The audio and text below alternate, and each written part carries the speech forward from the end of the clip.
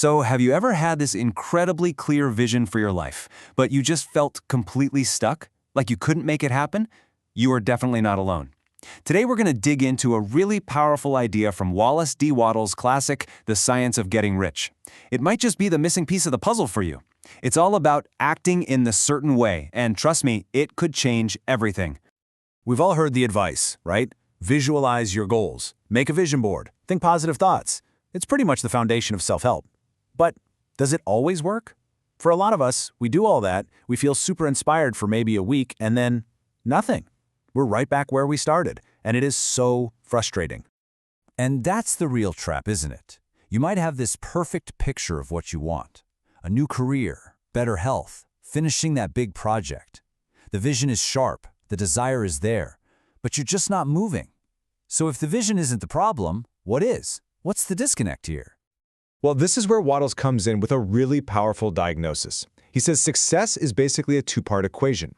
You've got the world of your thoughts, your vision, and then you've got the world of your physical actions.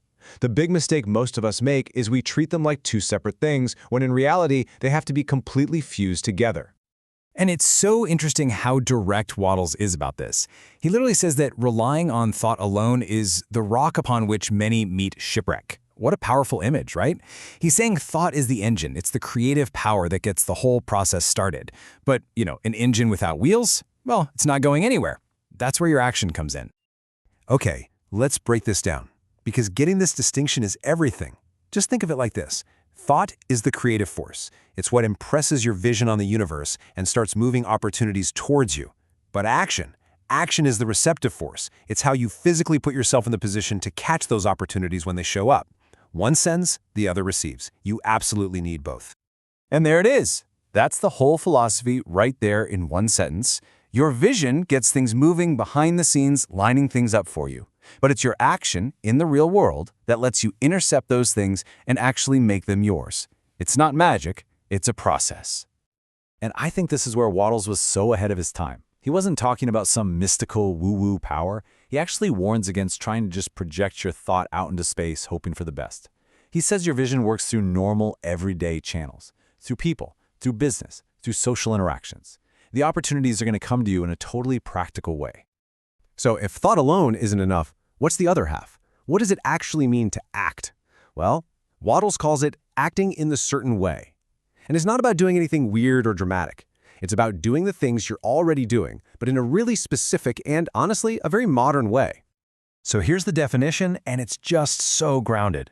Acting in the certain way is simply about giving your full, undivided attention to whatever is right in front of you. I mean, this is basically mindfulness or deep work, 100 years before those terms were even cool. It's about bringing excellence and purpose to every single task, no matter how small it seems. Okay, this leads us to the first, and honestly, the most fundamental pillar of this whole method.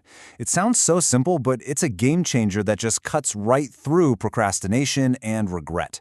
Action can only happen in one place, right now. I really want to pause on this because it's so profound when you think about it. You can't go back and act yesterday. That's gone. And you can't act tomorrow because it's not here yet. If you're mentally living in the future while trying to do something in the present, your mind is split and your actions just won't be effective. The only place you have any real power is right here, right now.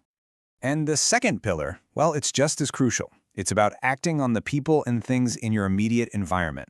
Not the environment you wish you had or the one you think you're going to have someday, but the one you are in right now. This goes straight after that excuse of, I'll start when. And what a powerful reframe this is. Your current situation, it's not a prison holding you back. It's the raw material you've been given to work with. When you act with real purpose and excellence right where you are, you start to outgrow that environment, which naturally moves you into a better one. Action is the engine that drives change. So let's make this super practical. At work, it means holding that vision of the better job while you pour all your focus into the job you have now. That could mean taking on that tough project with real enthusiasm, not because you have to, but because you're acting like the person you want to become. In your relationships, it means being fully present with the people right in front of you. And with your habits, it's about focusing only on today. So you missed your workout yesterday? Who cares? That's the past. What matters is doing it today. Okay, so this all sounds great in theory, but how do we actually do it? Let's turn this into a really simple, tangible exercise. We'll call it the Vision to Action Bridge. It's designed to connect that huge dream you have with one tiny, manageable step you can take right now.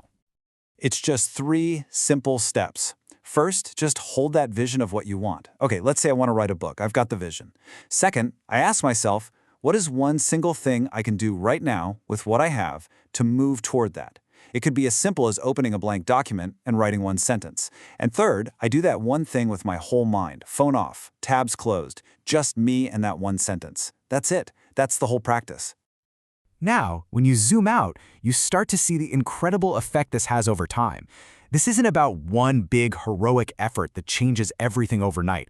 It's about the quiet, cumulative power of doing small things well day after day.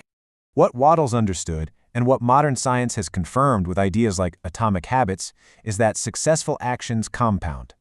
Each small task you do well doesn't just get that task done, it builds momentum. It's like a domino effect. One success makes the next one a little easier, and that attracts even better opportunities. You know, this connects so beautifully to ancient wisdom, like from the Stoics. The point isn't to get overwhelmed by how big the journey is. The point is to focus on building your life one brick at a time, one action at a time, and actually finding satisfaction in doing each small part well. It's about loving the process, not just waiting for the final result. So if you take one thing away from all of this, let it be this. Your vision is your compass. It tells you which way to go. It sets your direction. But it's your daily, present moment actions that actually build the path, step by step, that gets you there. You need both. You can't reach the destination without them. And that brings us to the final and really the most important question. This isn't about next year or next week or even tomorrow. Based on that vision you have, what is the one single action you are going to take today with your full and undivided attention? And that's a wrap for this one. I really hope you found this valuable. If you want to keep going deeper into this incredible book, be sure to check out the next explainer in our series. You can find the full playlist right in the description below. Thanks for watching, and I will see you in the next one.